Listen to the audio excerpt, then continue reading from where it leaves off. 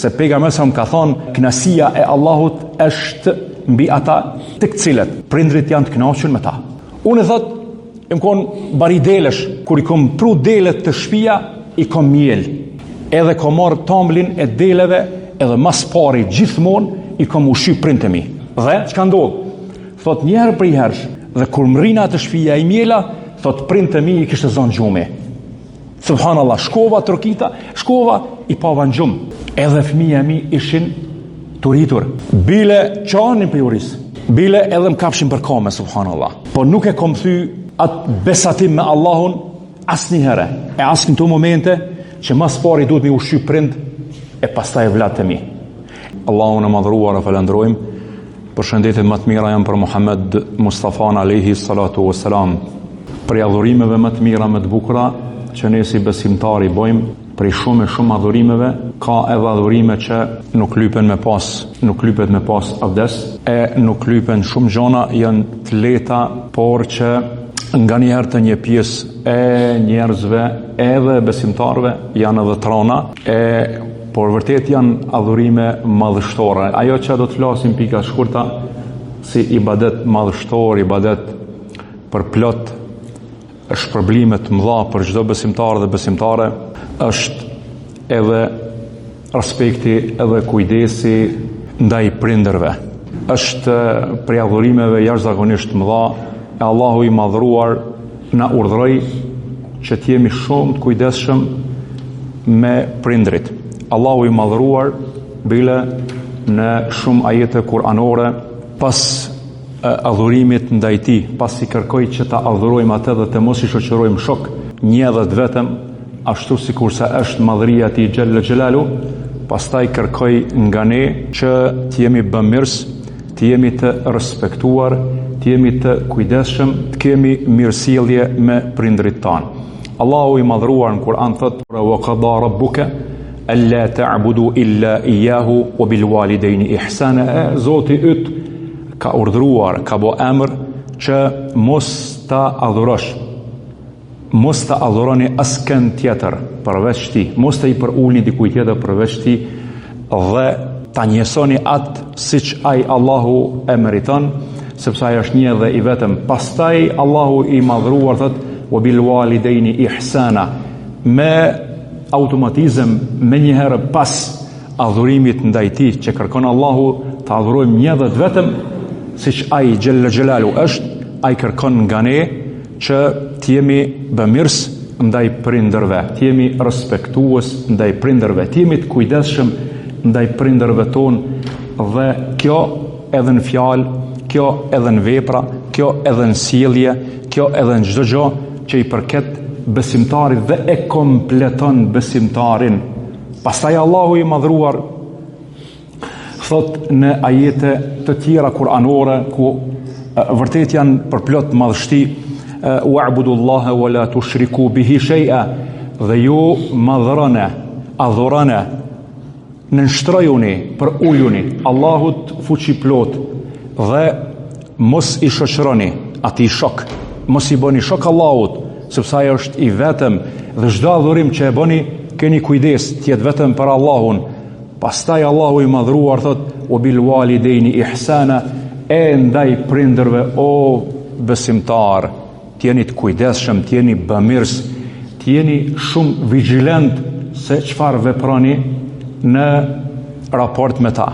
Do thot, silluni mirë, po thot Allahu me ta. Silluni mirë me kanë, me ata cilët janë shkaktarët kryesor që ne pas Allahut të madhruar ne kemi ardhur në këtë dunjë. Pastaj Allahu i madhruar na thret edhe në ajete tjera kuranore që të jemi shumë të kujdesshëm në raport me prindrit, ku Allahu thot: "Qul ta'alu atlu ma harrama rabbukum alaykum alla tushriku bihi shay'a wa bil walidayni ihsana." E janë i thot Allahu i thot pejgamberit sa që t'ju thot besimtarëve: "E janë të ju tregoj atë që Allahu e ka ndaluar për juve, atë që Allahu e ka bë haram për juve."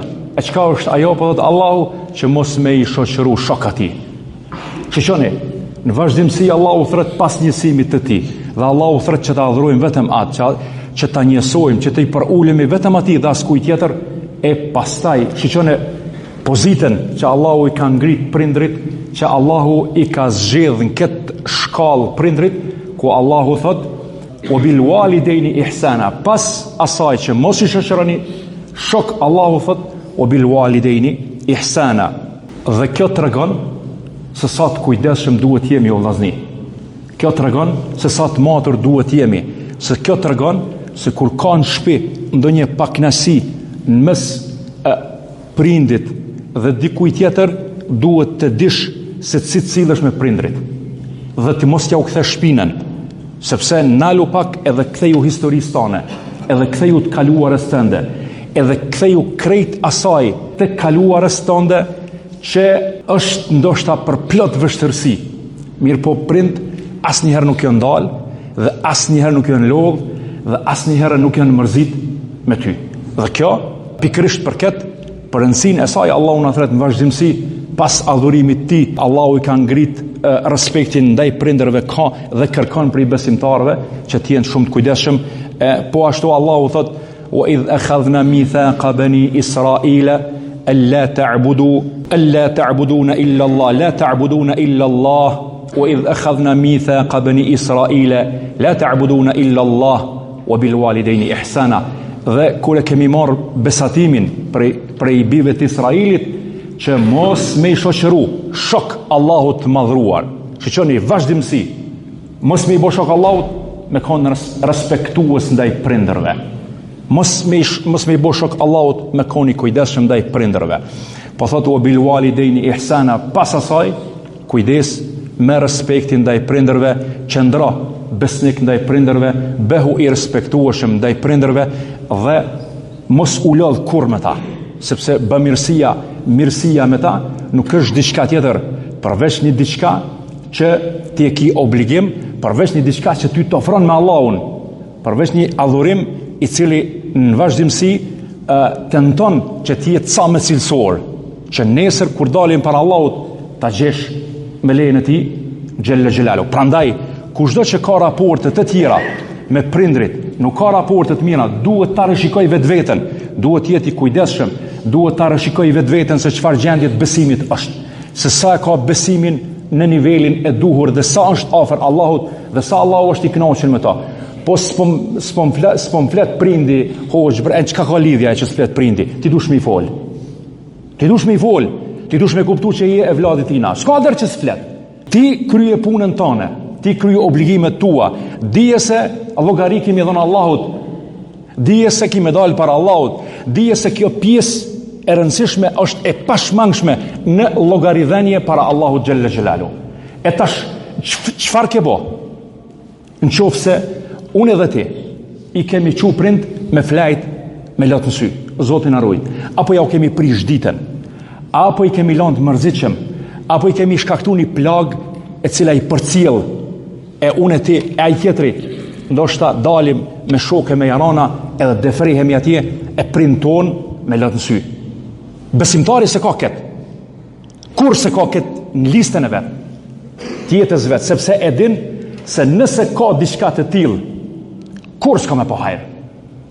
O kur s'ka me po hajër, në jetën e vet, nuk mundet me po hajër, sepse lutjet e prindërve janë prej lutjeve më madhështore, janë prej lutjeve më të bukura, janë prej lutjeve që peshojnë shumë dhërand të Allahu i madhruar. Me drejt, shpesh herë ka raste paramendone kur fëmijët sillen keq me prind, po prap prind nuk i mallkojnë, por prap prind nuk sillen sikur se ata janë sill me ta. Pse? Sepse është zemra e prindit, ajo e cila është e kujdesshme në raport me Zotin, me evladin e vet. Është shumë i kujdesshëm. Prandaj, siç transmetohet Sahihun e Buhariut, ku transmeton Abdullah ibn Mas'udi se e ka pyet pejgamberin alayhi salatu wasalam dhe i ka thonë: "O i dërguari i Allahut, cila vepër është më e dashur tek Allahu i madhruar?" Cila vepër është më e dashur tek Allahu i madhruar? Pejgamberi alayhi salam i tha namazin kohën e vet. Kur e fal namazin në kohën e vet. Pastaj i tha cila? Pastaj tha respekti, dashuria ndaj prindërve. Pastaj tha respekti dhe dashuria ndaj prindërve Edhe pastaj tha i dërguari Allahu, cila? Pejgamberi sallallahu tha, el jihadu fi sabilillah, tha gjihadi në rrugën e Allahut, por kjo ka ardhur pas respektit ndaj prindërve. Kjo ka ardhur pas birrul walidain, nuk ka ardhur për paran. Dhe kjo tregon se respekti dhe dashuria dhe bëmirësia ndaj prindërve është farz për çdo fëmijë, për çdo person. Përderisa gjihadi, të dashur vëllezër, është obligim për një pjesë dhe nuk është obligim për gjithë. Prandaj rëndësia kaq e madhe ka bëu që kjo të vjen pas namazit, pas për ulshmërisë ndaj Allahut të madhruar. Po ashtu pejgamberi alayhi salatu wasalam, siç transmetohet në Buhari dhe në Muslim, se pejgamberi sa ka thonë, knasia e Allahut është mbi ata të cilët prindrit janë të kënaqur me ta, dhe hidhrimi i Allahut është mbi ata mbi të cilët hidhrimi i prindërve është mbi ta. Dhe këto e bojnë besimtarin shumë të kujdesshëm, dhe këto i tregojnë besimtarit sa duhet jetë i matur, sin fjalë, sin sjellje, sin vepra, sin çdo gjë, sin shiqim. Bile kemi thonë sa herë, edhe jashtë shtëpisë kur është, duhet me qenë shumë i kujdesshëm që mos me i sjell prindërve të lashe, edhe mos me i mërzit ata, sepse çdo veprim i yti, ndoshta si ke bë kur gjë aty, po ke bë diçka jashtë, e që e ke pru sherrin të shtëpia, edhe pastaj prindrit pastaj Zoti na ruaj, e vujnë atë fatkesi, e vujnë atë keqe, e që mund me përfundu në gjendje shumë të rëndë për ta. E dini rastin, subhanallah, e dini rastin e 3 personave.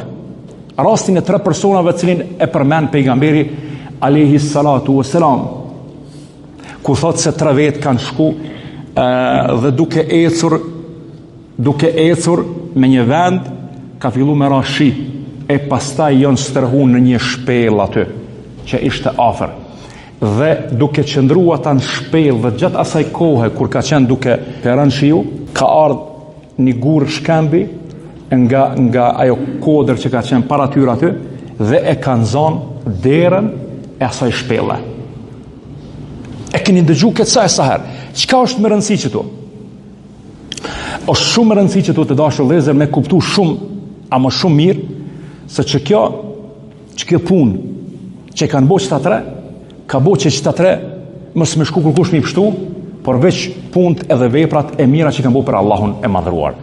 E ne po ndalemi shumë shkurt te ky i pari. Dhe i thanë njëri tjetrit, se sot nuk na shpëton neve asgjë nga kjo gjendje që jemi, që është veç vdekje, përveç në qoftë se kemi bë punë për hir të Allahut, në qoftë se kemi bë ndonjë vepër për hir të Allahut të madhruar.